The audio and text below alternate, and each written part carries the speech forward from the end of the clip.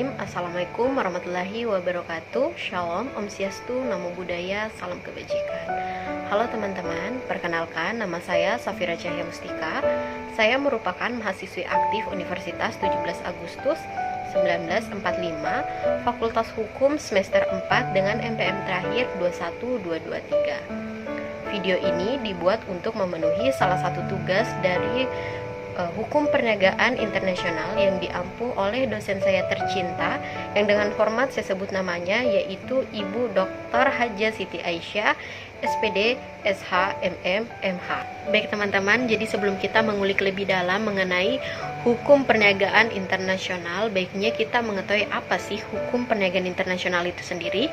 Jadi Hukum Perniagaan Internasional merupakan suatu bidang hukum yang berkembang begitu cepat. Ruang lingkupnya cukup luas karena hubungan-hubungan dagangnya yang lintas batas. Dari bentuknya yang sederhana yaitu barter, jual beli barang atau komoditi seperti produk-produk pertanian, perkebunan, dan sejenisnya, sehingga hubungan atau transaksi dagang yang kompleks.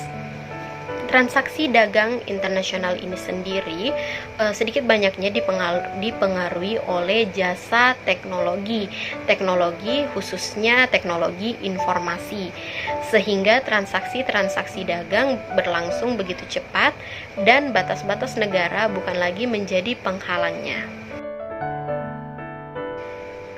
Menurut Smith-Toft, Hukum Perniagaan Internasional ialah sekumpulan aturan yang mengatur hubungan-hubungan komersial yang sifatnya perdata, di mana hukum tersebut mengatur transaksi-transaksi yang berbeda negara. Subjek hukum perniagaan internasional terbagi dari 3. Yang pertama yaitu negara. Negara merupakan subjek hukum terpenting dalam hukum perniagaan internasional. Negara merupakan subjek hukum yang paling sempurna karena ia memiliki kedaulatan. Dengan atribut kedaulatan ini, negara memiliki kewenangan untuk membuat hukum atau regulator untuk mengikat segala subjek hukum yang ada di dalamnya seperti individu atau perusahaan, mengikat benda atau peristiwa yang terjadi di dalam wilayahnya, termaksud perdagangan di wilayahnya. Yang kedua, ada organisasi perdagangan internasional. Organisasi perdagangan internasional ini sendiri terbagi dari 2, yaitu organisasi internasional antar pemerintah atau publik dan organisasi internasional non-pemerintah. Dan yang ketiga, yaitu individu. Prinsip-prinsip dasar yang dikenal di dalam hukum perniagaan internasional pertama kali dikenalkan oleh Profesor Alexander Goldstein. Yang pertama, prinsip kebebasan berkontrak yang mana sifatnya universal, yaitu mengakui kebebasan para pihak untuk membuat kontrak-kontrak dalam perdagangan internasional. Prinsip yang kedua yaitu facta sunt servanda. Dalam prinsip yang mensyaratkan bahwa kesepakatan atau kontrak yang telah ditandatangani harus dilaksanakan dengan baik atau dengan itikat yang baik. Yang ketiga yaitu penyelesaian sengketa melalui arbitrase.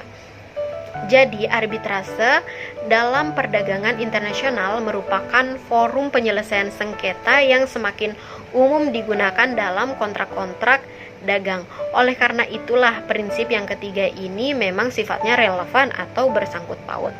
Yang keempat, prinsip dasar kebebasan berkomunikasi atau navigasi. Inti dari prinsip ini ialah semua pihak mempunyai akses yang sama dalam berkomunikasi. Komunikasi atau navigasi dalam kebebasan para pihak untuk berkomunikasi keperluan dagang dengan siapapun, juga dengan melalui berbagai sarana navigasi atau komunikasi, baik itu melalui darat, laut, udara, atau melalui sarana elektronik. Letter of Credit. Letter of Credit merupakan cara pembayaran internasional yang bertujuan untuk memudahkan para pihak yang ada di dalamnya, yaitu eksportir dan importir. Lalu bagaimana sih cara Letter of Credit ini bekerja? Jadi singkatnya seperti ini. Perdagangan internasional terwujud karena adanya kesepakatan antar penjual dan pembeli yang mereka tuangkan di dalam kontrak.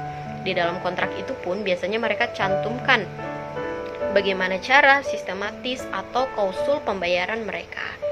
Nah, karena mereka yang mempunyai jarak atau domisili yang berbeda, mereka menggunakan fungsi bank, yaitu untuk menjembatani mereka di dalam melakukan pembayaran.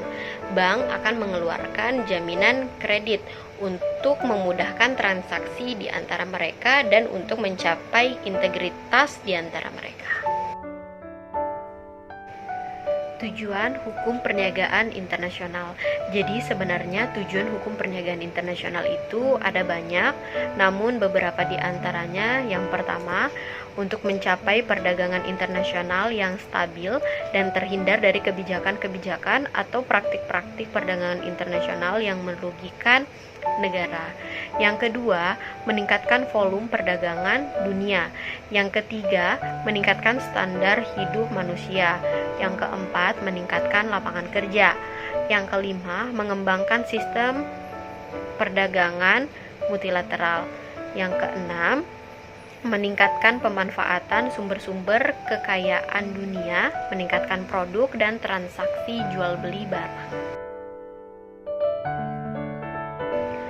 Sumber hukum perniagaan internasional.